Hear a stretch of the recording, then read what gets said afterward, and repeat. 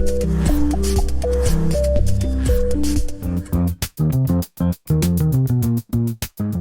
Steve here at Promise Money, and today I'm talking about properties which are residential with a commercial element. So this is a really tricky area, very, very difficult indeed. If there's one area where there's a big gap in the market, this is it, because it's not well served by lenders. So if you're in this scenario and you're trying to buy a property with a commercial element to it and you're going to live in it, I sympathise, it's not easy. So the scenarios we're talking about, you've got a house and part of it has been converted into a shop, or you've got a property maybe with some significant outbuildings which have a commercial use to them, or even property with land, a house with 20 acres. It can be a problem, and I'll tell you why it's a problem.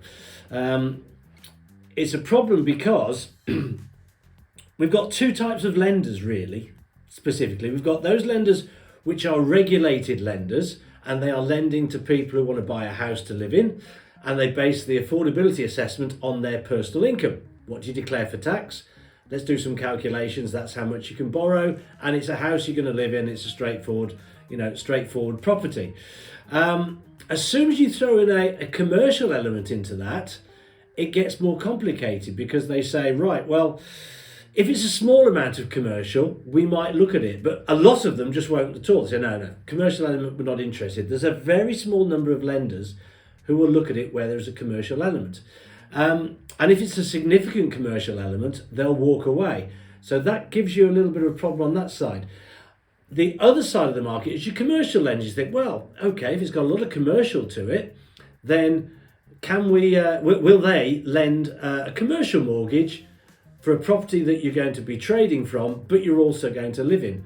And the problem you've got there is, if you're going to live in more than 40% of that property, 40% of it is down to you as your residence, that makes it a regulated loan.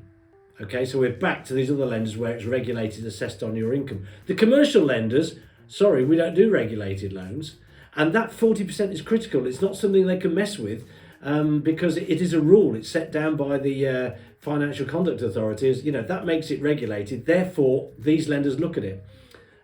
So the commercial lenders, generally speaking, will run a mile from something you're going to live in, unless it's a really tiny part of it.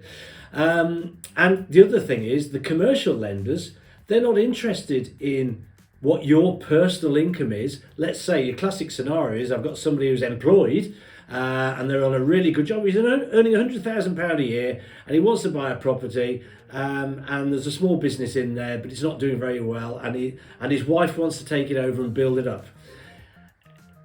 The commercial lenders will say, well, we're only going to look at the commercial income from that property. We're not interested in this other income you've got over here.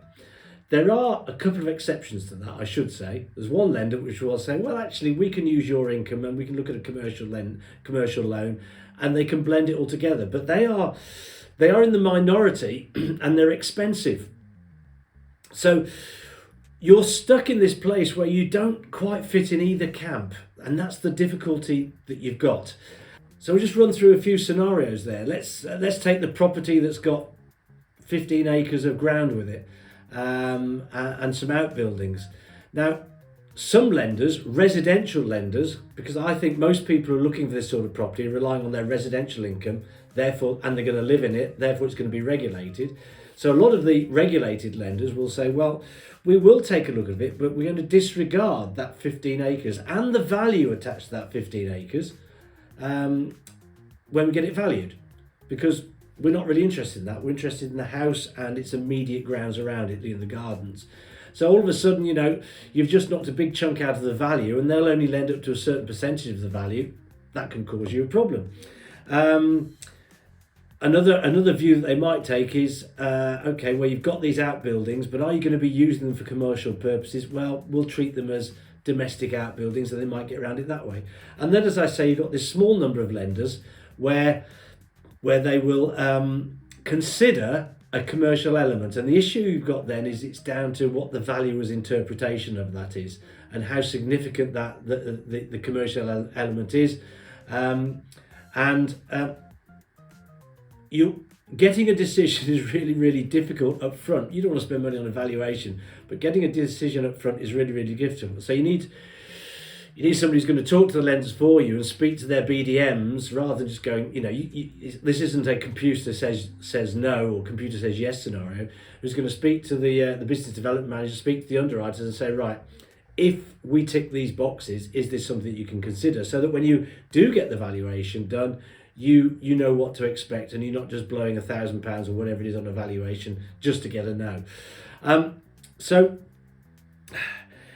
there are so many scenarios here that it's difficult to get into specifics, but what I would say is get advice. Talk to somebody who specialises both in commercial, because they've got to have that commercial expertise, and both in residential where there's that commercial element as well. So residential mortgage broker, commercial mortgage broker, you've got to bring the two together to say, right, how the heck do I put this together? Because this is the property I want to buy. This is what I'm going to do with it. Here's my income streams. This is what it might look like in the future, but this is what it looks like now. And this is the percentage of it that is residential. This is the percentage that's commercial. There's a whole piece that's got to be studied and then put together, say, right, okay, I think we can tick the boxes of these lenders, or we might have to go to one of these very few specialists who can bridge the whole piece. So listen, I don't envy you. And if you're watching this video hoping for some answers, I haven't got any other than to tell you it's very, very difficult, and your bog standard mortgage broker isn't going to be able to do it for you unless you're very, very fortunate. Tricky one. If you need help, go to our website or talk to somebody in the team. Email sales@promisemoney.co.uk. And please keep looking out for our other videos. Do subscribe and check out some of the videos on commercial property as well, because we've got videos on our YouTube channel. So do subscribe to that on commercial, semi-commercial, owner-occupied investment properties for commercial purposes. But I suspect if you're watching this, you're probably more down the residential route than you are down the commercial route. So sorry, I don't have a magic wand for this one, but keep looking out for the videos and hope to talk to you soon. Bye bye.